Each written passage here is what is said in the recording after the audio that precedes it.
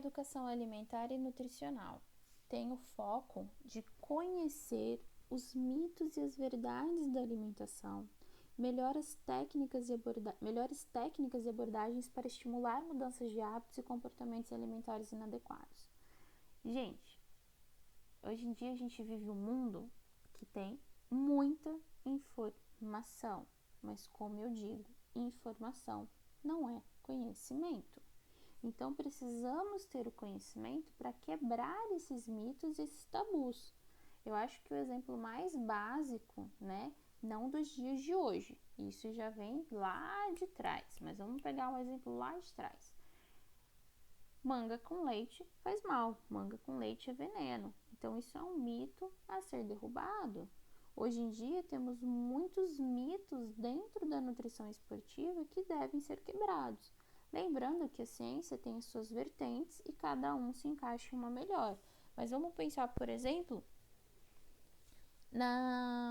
no BCA junto ao whey. Será que é necessário? Porque vai realmente melhorar a síntese proteica, o reparo de lesões? Será que isso vai acontecer com o BCA? Ou será que dando whey eu já tenho uma resposta legal? Isso é muito importante de se ver. Eu não sei se vocês viram, isso foi...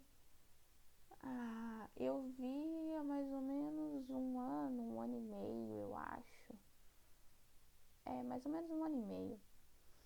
Que tinha uma influencer aí, não me lembro quem era, não posso nem falar qual era, mas teve uma influencer que ela queria uma ação mais rápida do BCA. Então ela começou a fazer aplicação de ampola, injeção de BCA nos glúteos. Será que isso é um mito? Será que isso é uma verdade? Será que realmente ia fazer aquele efeito que ela esperava? Será que não é isso que temos que quebrar?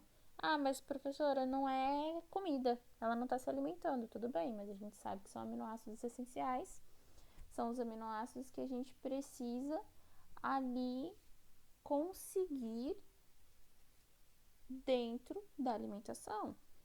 E será que eu não consigo esses aminoácidos dentro da alimentação sem a necessidade de suplementação? Maravilha! Então, são perguntinhas que a gente tem que pensar antes de fazer qualquer coisa, beleza? Melhores técnicas e abordagens para estimular mudanças de hábitos e comportamentos alimentares inadequados. O que significa isso? Eu preciso ter estrutura, eu preciso ter o conhecimento para auxiliar aquele indivíduo a mudar esses hábitos e comportamentos alimentares. Ele não vai ficar solto, ele vai precisar de um guia.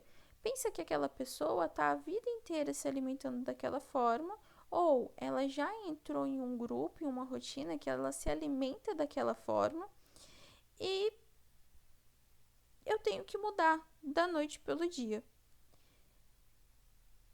Será que é fácil? Será que é algo prático? Não. E é aí que eu tenho que pegar a mão daquele indivíduo, daquele paciente e mostrar: olha, estamos juntos nessa e vamos fazer da melhor maneira possível. Eu crio estratégias para lidar com aquele contexto, ok? Avaliação nutricional. Importante porque dominar as técnicas de antropometria e avaliação da composição corporal. Gente, vocês tiveram um semestre de avaliação nutricional e vocês viram a importância dela para se chegar a um diagnóstico e então fazer uma conduta e uma intervenção nutricional. A antropometria é extremamente necessário, porque é um método é um método não invasivo e ele é barato. Você vai pagar um valor aí pelo adipômetro, mas na aplicação você não vai ter custos e você consegue atuar muito bem. Já fui em cursos de nutricionistas bem influentes na área, onde eles não abrem mão da antropometria, porque pela antropometria você consegue fazer as dobras, você consegue sentir a composição corporal, né? Então, é um método básico, né? Não é um método básico, não posso falar isso. Ele não chega a ser um padrão ouro, mas ele é um método muito eficaz, ok? E ele auxilia na avaliação da composição corporal. É importante a avaliação da composição corporal? Muito. Qual tipo de conduta você vai ter de acordo com a composição corporal? Será que aquele indivíduo ele tem que reduzir massa magra? Massa magra não. Será que ele tem que reduzir massa gordurosa e aumentar a massa livre de gordura? Será que ele está com baixo peso e eu preciso aumentar aquela musculatura? Então é extremamente necessário, beleza? Avaliação bioquímica, sinais clínicos e todos os parâmetros fundamentais ao diagnóstico nutricional e à conduta nutricional. Nenhum diagnóstico nutricional é alcançado com parâmetros isolados, então nós precisamos de um conjunto de parâmetros. Dentro da avaliação nutricional, vocês estudaram antropometria, a avaliação bioquímica, a importância da solicitação de exames e a leitura desses exames. Sinais clínicos, vocês vão ver lá a semiologia daquele indivíduo, o que indica, o que pode ser. Ele tá meio amarelado. Aí você vai ver, tá tudo ok, bonitinho. Lá no recordatório, é porque eu como abóbora todo dia, que eu gosto muito de abóbora no almoço. E eu gosto muito de mamão no café da manhã, e eu como bastante. Será que isso não pode levar a essa cor amarela, essa cor alaranjada que esse indivíduo vai apresentar?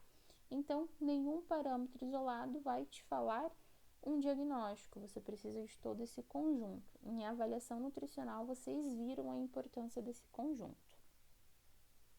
Nutrição clínica, é preciso detectar riscos nutricionais e transtornos alimentares.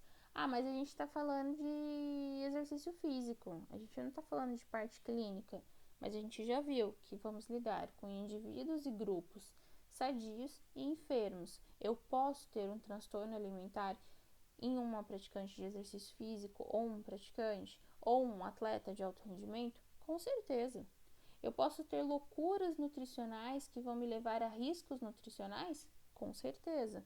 E aí a gente precisa adequar. Há muito tempo, claro, Michael Phelps, ele foi o maior medalhista, se eu não me engano, da história das Olimpíadas. E teve uma época que ele treinava muito, ele competia muito e tal, e ele precisava alcançar um aporte energético muito alto. Como que ele vai alcançar um aporte energético muito alto e vai treinar o tempo necessário? Veio uma pessoa que teve a brilhante ideia: vamos dar panqueca com calda de chocolate. E ele comia panqueca com calda de chocolate o dia inteiro. Não funcionou, tá? Foi muito rápido, isso foi aplicado e foi retirado. Por quê? Oferecia um risco nutricional? Muito. Ele vai ganhar o quê com só panqueca e calda de chocolate? Ele não vai ganhar, ele vai ganhar energia. Mas e o restante? E a oferta de micronutrientes, de macronutrientes adequada? Estava tendo? Não. Então, detecta-se riscos nutricionais. Orientar e elaborar dietas específicas para as necessidades esportivas, estéticas e possíveis doenças. A gente casa aqui, tá bom? A gente vai casar a nutrição esportiva com a nutrição clínica. E a clínica, ela é sempre soberana. Nós precisamos desse feedback do paciente para que a gente concilie as outras estratégias a fim de chegar ao objetivo sem prejudicar a saúde, beleza? E devemos entender sobre as interações entre nutrientes e medicamentos. Há medicamentos que eu não posso prescrever determinados tipos de alimentos. Então, sempre quando tiver um medicamento, eu tenho lá que me inteirar sobre a interação droga-nutriente, interação medicamentosa, para que não ocorra nenhum problema e não ofereça nenhum risco à saúde daquele indivíduo. Métodos de investigação científica. Recomenda-se familiaridade com os métodos de investigação científica e que se saiba revisar publicações científicas. É importante que você saiba a procedência dessas informações, que eu acabei de falar. Nem toda informação é conhecimento. Então, eu não posso sair propagando e aplicando algo sem que eu tenha veracidade dessa informação. Então, a gente precisa saber revisar essas publicações, sabendo então se elas são verídicas ou não, ou seja, confiáveis, né? Conhecimentos gerais sobre nutrição, conhecer sobre a composição dos alimentos, técnica dietética e administração de serviços de alimentação e nutrição. Nossa, mas por que eu tenho que saber? Simples, técnica dietética, você precisa saber. Ah, mas eu não vou trabalhar em um ano. Tudo bem, você não vai trabalhar em um ano, mas você ensina muito o seu paciente dentro de consultório como se cozinha, modos de preparo, como que ele pode fazer de uma maneira que renda mais, um aproveitamento integral daquele alimento, combinando com a composição dos alimentos e tendo então um aporte maior de nutrientes. Beleza? Perfeito, então, galera, esses são os fatores, né, são os requisitos da nutrição esportiva. E agora nós vamos continuar. Nutrição esportiva, princípios básicos e sólidos da nutrição, levando em consideração a individualidade biológica, etária e social de cada atleta ou praticante de exercício físico, buscando a prevenção e a recuperação de lesões e doenças. Esse aqui também eu copiei, né, veio ali do livro de vocês, e eu achei muito interessante. Por quê? Porque aqui ele não negligencia modalidades ou condições, níveis de atleta. Quando a gente trabalha com atletas, por exemplo, não só atletas, tá? Vamos colocar praticantes de exercício físico também. Precisamos considerar, primeiro, individualidade biológica. Cada um é um. Se todos os dedos da mão fossem iguais, seria muito esquisito. Então, assim como temos dedos diferentes, cada indivíduo tem a sua personalidade, a sua individualidade biológica, o seu desenvolvimento, o seu funcionamento fisiológico ali, tá?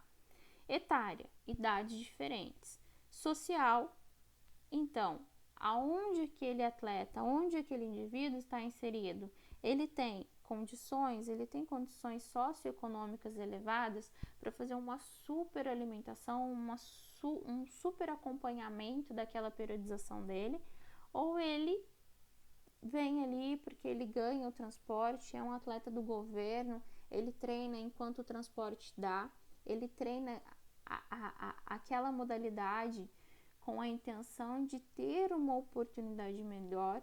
Isso, gente, é algo que ainda acontece. Por mais que seja raro, por mais que tenha um baixo investimento em esportes, isso ainda existe. E esse tipo de atleta é muito legal de se trabalhar. É muito legal de se trabalhar porque você vê uma garra neles que é admirável. Eu acho muito legal. Só que aí você tem que pensar como que você vai trabalhar com ele. Pô, porque você vai comer isso, isso, isso e isso, mas ele só come pão francês. Então aí nós temos que ter o jogo de cintura e educá-lo dentro das condições dele. Então a gente respeita individualidade biológica, faixa etária, ou seja, temos atletas, crianças, adolescentes, adultos, mais velhos, aqueles que voltaram a praticar exercício físico, estão em reabilitação. Precisamos respeitar isso, a condição social de cada um e sempre priorizando o quê?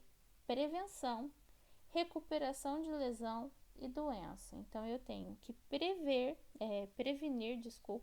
eu tenho que prevenir as lesões, ok?